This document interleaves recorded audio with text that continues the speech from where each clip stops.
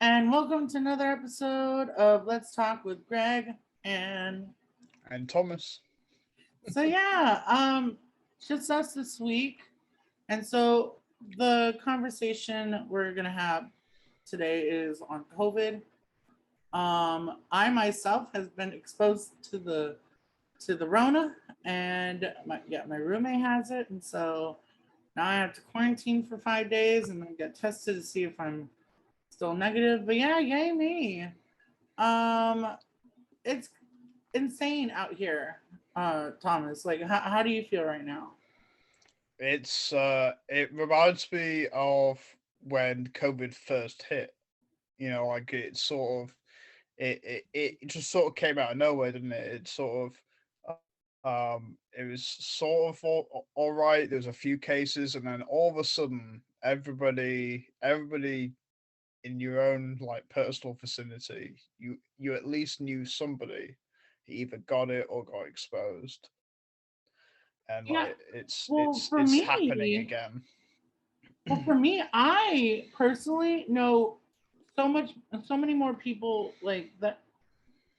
I know people who either have been exposed or had it, like way more than people. I'm sorry. I'm trying to say something right now. Okay, I know way more people who have either gotten exposed or had it Mm, now than I did in 2020. I like probably knew two, maybe three people who had it in 2020, yeah, but now it's like everyone in my circle, including myself. yeah, It's insane right now. And what's pissing me off is that why isn't anything shut down? Why yeah, is everything open? Why are the schools open? Why are restaurants open? We should be on lockdown right now. yeah. And I think it's unfortunately it's become like it's like a false choice. Like it's almost anything that is like like would be like normal preventative, like okay, we have a virus that is raging in amongst our communities, amongst the population. And the problem is we had lockdown, well, we had semi lockdowns in some areas of the country in the US, but the problem is that we didn't have like what is needed to make sure a lockdown is successful. Like there was no money going to people to stay home. Like there was no, Yeah. and like I think the problem is that I understand why there are a lot of people that are very against lockdowns because they realize that the government will not protect, like they'll, if they were to lock things down, they just wouldn't do anything to help you. Like Yeah. they'd lock things down and then leave you to fend for yourself. And I think it's created this division between what is in the realms of public good, and then it's almost like anything that is virus preventative is now we can't do it full stop because the government, because all talk of money going to people to stay at home, like that's the conversation has gone out the window. It's No, for now with the Biden administration, like when Trump was in charge, that was the conversation at the time where it's like we should be paying people a monthly stimulus to stay at yeah, home, and even the that was moderate Democrats were saying that. yeah, yeah. And now the conversation is the extent, like the most I see is we should be sending people test packets or test and trace packets, and even that is not in the realms of possibility, supposedly, It's even so though my home stupid. country is doing it. It's really fucking stupid. They Yeah, really said, here's $1,800 for 2 years, and that's it. You're on your own. yeah, and Literally, here's it's $1,800. yeah. the problem is that Democrats, or the Biden administration particularly, has thought that the vaccines would be almost like just a golden ticket to this will just solve everything. We don't need to do anything else, and we can just resume going back to what they class as normal. The reality is that that's just not true. Well, normal is what brought Um, us here. yeah, and so we're now in a situation where vaccines alone is not going to get us out of this Mhm. hole. Like it's just not. There is so much financial devastation among the communities. Mhm. It's shown that breakthrough cases are now just happening regularly. Um, so the vaccinations alone will not solve this crisis, and the Democrats and the Biden administration, and I just think like what you would class as the elite or upper class is just trying to make out as if this response is normal, or normalizing the idea of we need to just live with it, and it seems very Trumpian. It We really had this is. last year. Like at this point, and you know, this goes out to anyone. I voted for Biden. I regret it. Yeah, I regret it. I honestly, if you voted for Biden and you don't regret it, I don't know how you can. Because at this point, I should have just voted my conscience at least and voted for Howie Hawkins. You know, yeah, it's yeah, really fucking ridiculous. Um, we and what we really should be talking about right now is that okay, if you're not going to do anything, uh, if you're not going to shut anything down, if you're not going to give us another stimulus, you know, at least expand unemployment because a lot of people are going to be unemployed right now. If they get exposed or if they get it and they have to and they have symptoms and they're gone for 2 weeks, they're going to get replaced in the workforce. Simple as that. They're not going to wait for their workers. They're going to find some, you know, person to replace them because we're replaceable to them and more people are going to get unemployed. the, I myself yeah, had just gotten a job, but can't start it because I'm in this um, quarantine. So right now I'm in a spot where like, are they going to wait for me? Because and I bet you a lot of people are in this spot too. So a lot more people are going to stay unemployed without even expanding those benefits. yeah, It's ridiculous. yeah, yeah, and like the thing I can't stop thinking about is like is how not only has the CDC lost any sort of reputable reputation that it has. I think Trump did a number on this, but now, like, it was already after Trump, it was already on. It's like sort of like, okay, maybe we can have an institution that is supposed to work properly and supposed to do its due diligence of, you know, this is the science. We will listen to the science, and that has just gone out the window completely. Yeah, It's so much for the candidate that believes in science. yeah, and I think about like when we say like lives matter, and the head of the CDC tells us that people with disabilities or underlying illnesses are disposable, which is what the CDC is doing right now. The CDC director actually said this the other day. I don't have the quotes, but literally said that she felt that it was good news that this variant was only harmful to people with pre-existing conditions. Um, And so we have to Oh, we have to really analyze and sort of come to terms with what fascism is well, and what it speaking of always has been. fascism, hold on that note, because you know what? Now that we get to this part of the conversation, I want to share this clip of basically the Chicago mayor saying "fuck you, teachers." Oh yeah. So let's Yes. go ahead and do that.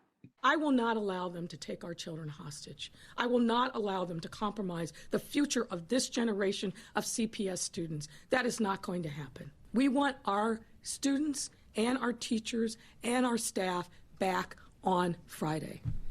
Anybody who does that will be paid. But those who do not, we will not pay. We will not pay you for an unlawful unilateral strike. Give me your take on that. Well, I need your take. I mean, a lot of people are calling for a return to normal, right? Especially when it comes for children and schools, and they say it's for the benefit of children. But like, what is normal, right? And if we evaluate the public school system in the United States, and we declare that what was happening before was normal, when what are we really returning to? Like, what are children actually return to? And let's consider some of the things that so I have I actually wrote down a list of like all the things Bring it to us, Tom. that are wrong. In fact, I'm gonna have a shout out on Twitter to an @Omen Reagan, who made like a thread on this, very succinct thread. And it basically said, even before the pandemic, more than half of K-12 students in the US were in racially segregated school districts, right? It also said, even before the pandemic, more than 1.5 million public school students in the US experienced homelessness of 2017 and 2018. Even before the pandemic, LGBTQ plus youth represented as much as 40% of the homeless youth population, even though they are only 5 to 10% of the youth population overall. Even before the pandemic, 88% of single college students with children were poor or low income. The cost of attending a four-year college in 2015 was over $25,000, which is 2.5 times as much as 1968. Even before the pandemic, over 11 million children lived in food insecure homes in the United States. Even before the pandemic, thousands of children were dying from gun violence every single year. Like the list goes on. And like, you know, people say this is for the benefit of children.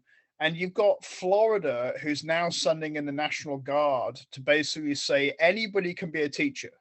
Like, because there's so many teachers out with COVID, they're basically just saying, as long as we have an adult in the room, that's fine.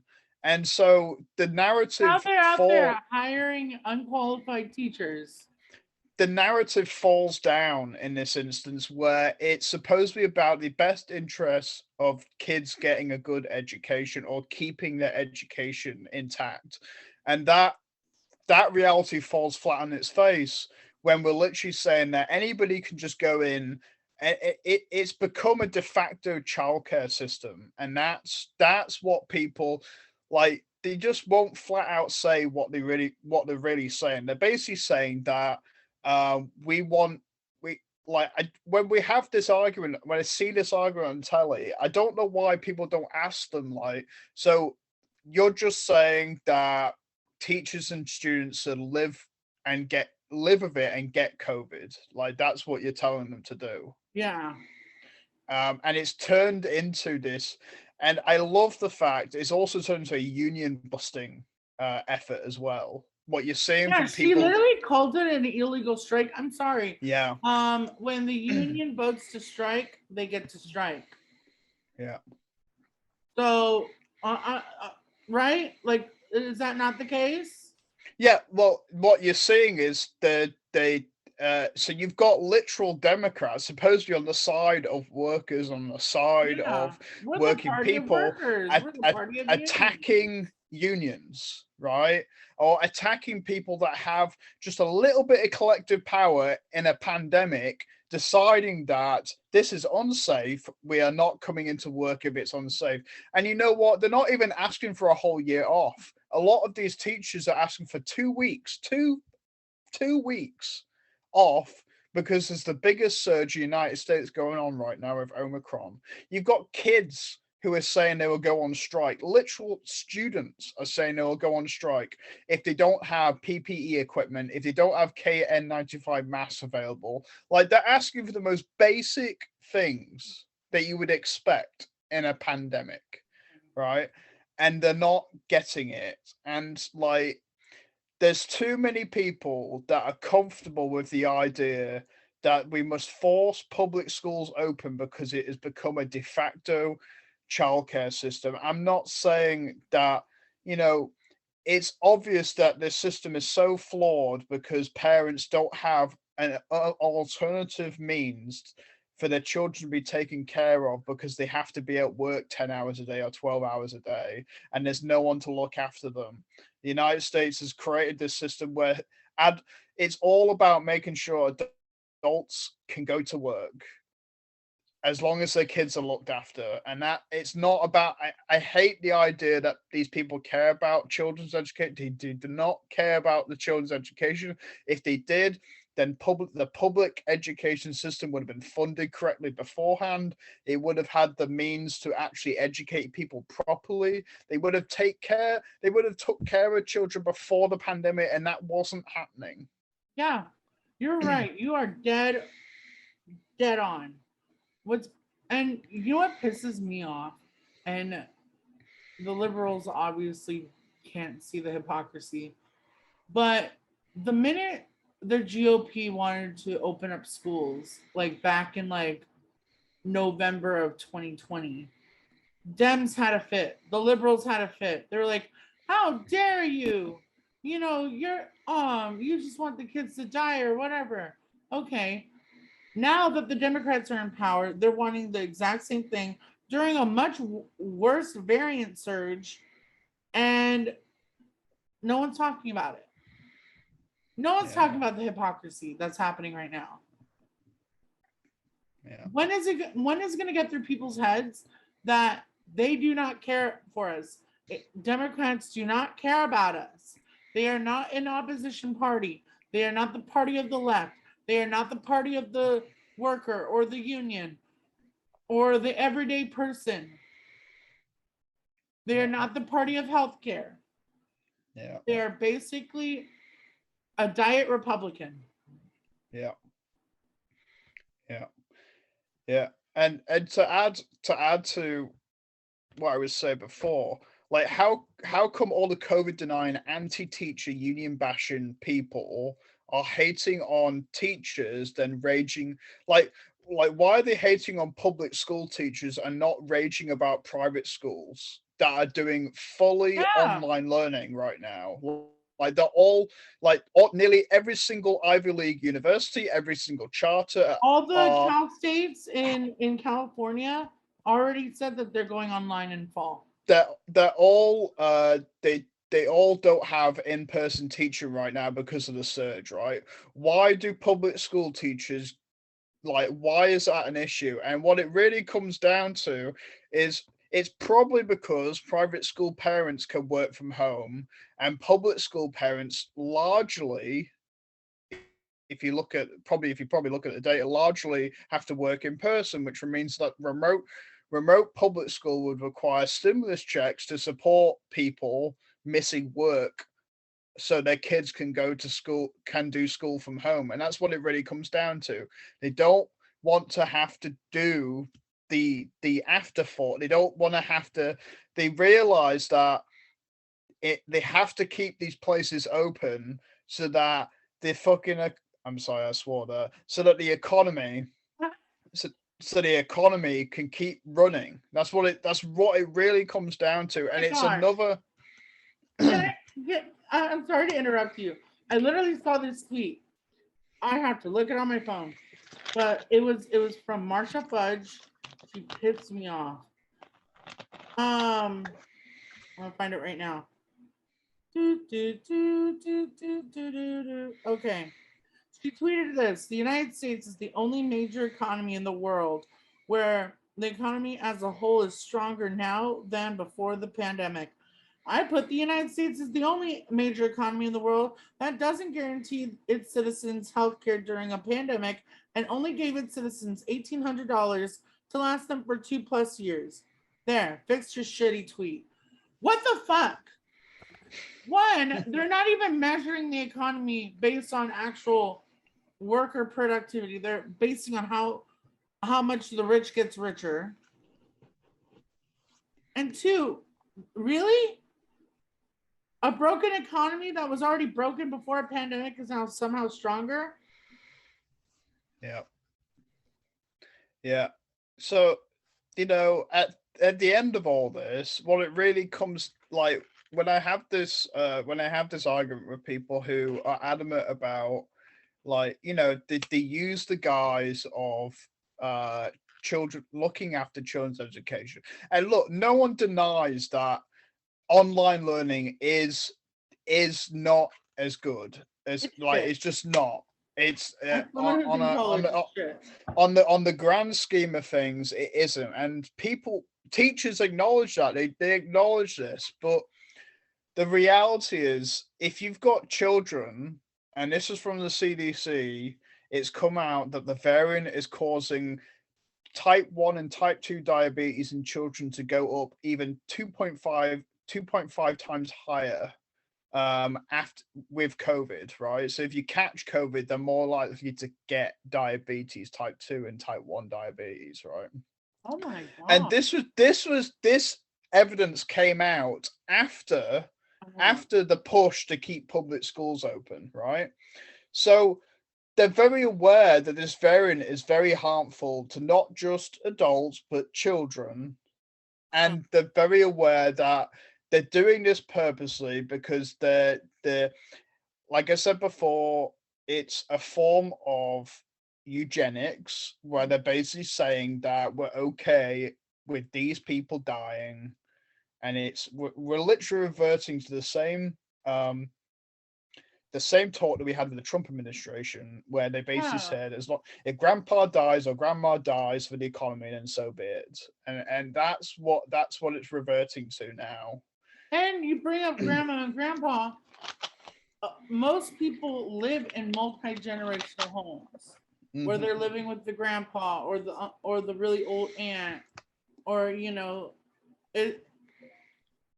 people are gonna get sick. Like, and I mean, people are getting sick.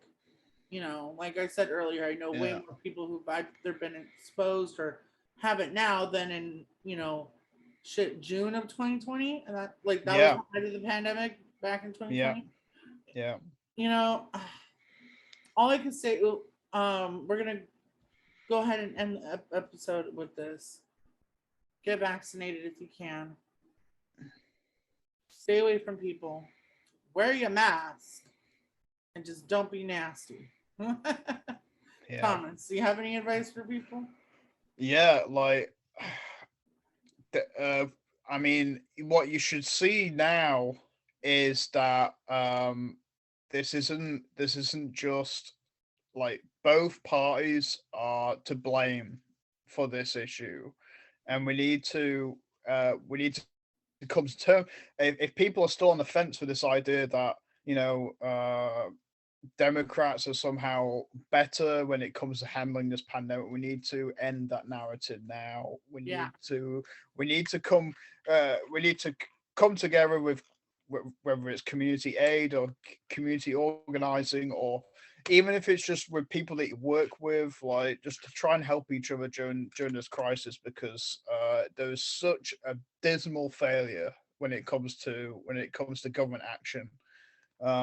Like I said before, my home country was giving out free test and trace kits. Free, you can order it free of charge, and you can order 7. You can get 7 a week from the NHS. You can just order it online, You literally as get many as you tested need every day. You can literally just order so you can get a test every single day, and that's been available all the way through the pandemic. And Are you kidding me? The idea that this isn't possible is just false. And I want Americans to know. I want Americans to know that you are being lied to. You're being lied to by your government when they tell you that this isn't possible, this isn't affordable, this isn't realistic, and no amount of laughing it off like Jen Psaki did when she was asked that exact question about test and trace. And it's and again, that is like the bare minimum. That is like the bare minimum basic that should be expected from a government that should be operating in a. You don't understand what's going on right now. Watch, don't look up. Because you'll finally understand. Yeah. All right, folks. Well, thank you for watching another episode of Let's Talk with Greg and Thomas. There you go. All right, folks. Take care and stay safe. Bye-bye. You've entered the bonus features of Let's Talk with Greg and Thomas. Yeah, so we're I'm since I'm like, exposed to the Rona and I'm in quarantine, I'm gonna take one of my tests right now. So if you got this one, you're in good hands because I'm about to take this one. All right, so I have the instructions. It says prepare materials. So one little tube. Okay, I have this thingy, and then one swab. Okay, and one card. What it looks like. Okay. I'm gonna just go ahead and put these in here because it's my second one. So according to CDC guidelines, although I don't even know if I should even be promoting this because of their bitch asses. What are they again? If you've been exposed, you should quarantine for 5 days and then get tested. Is that what it is? Yeah. Yeah. You basically test yourself. Yeah. Yeah. Okay. So now it says remove the swab from its package, being careful not to touch the tip of the swab. Okay. Gently insert the entire absorbent tip of swab. Okay, so just like any other COVID test. Okay. Mm-hmm. Okay. I hate doing this. Okay.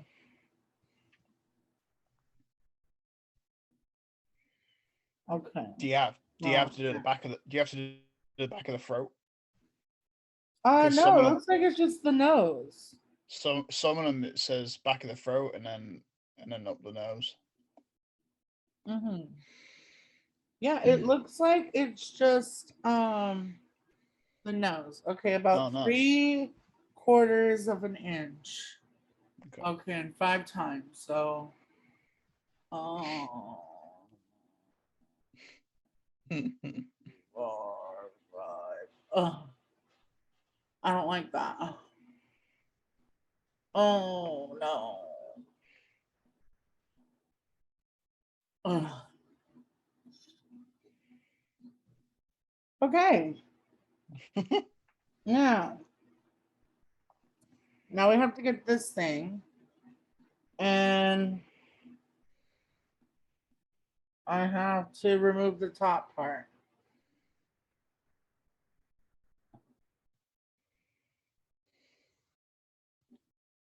Okay.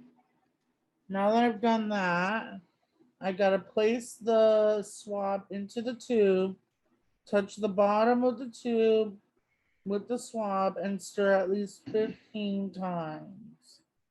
Okay.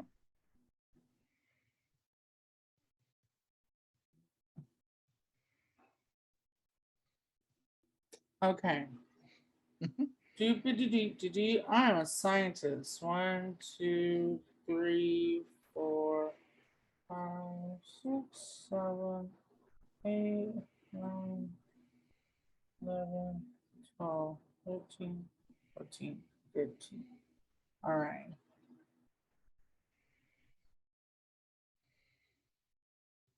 All right.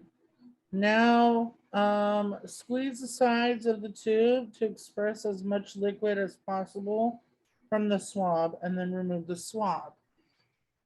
Okay.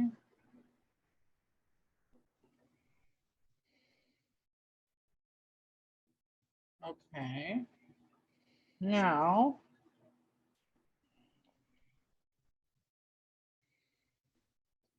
screw the back of the, okay. So now we have to screw the cap back on. I'm trying not to touch the cotton. Okay, that right there. All right.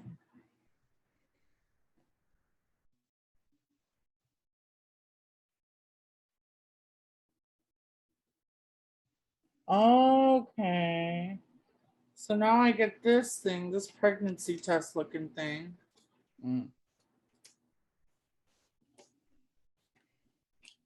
Ah.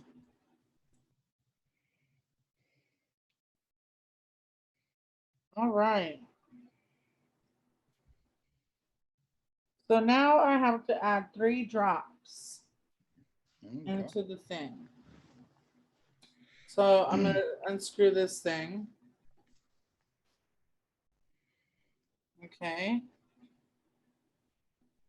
And just go 1,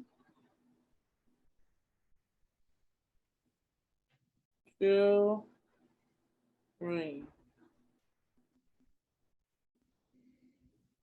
All right, and then just wait 15 minutes. Oh, I hope I'm not pregnant.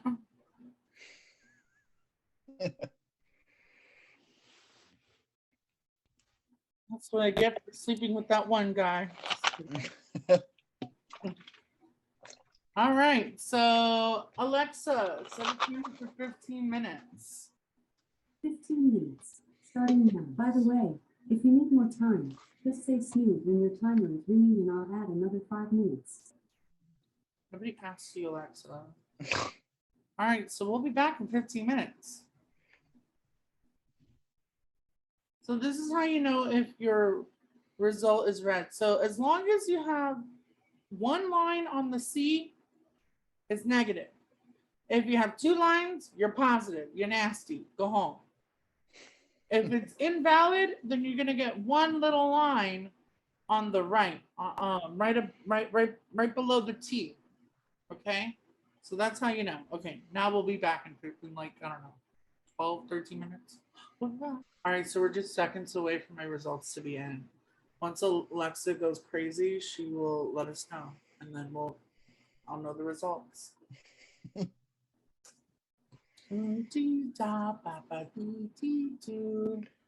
Oh wait, no, that's copyright. We can't say that.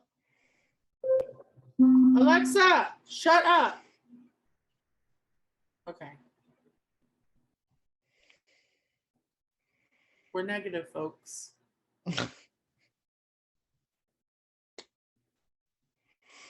We are COVID negative.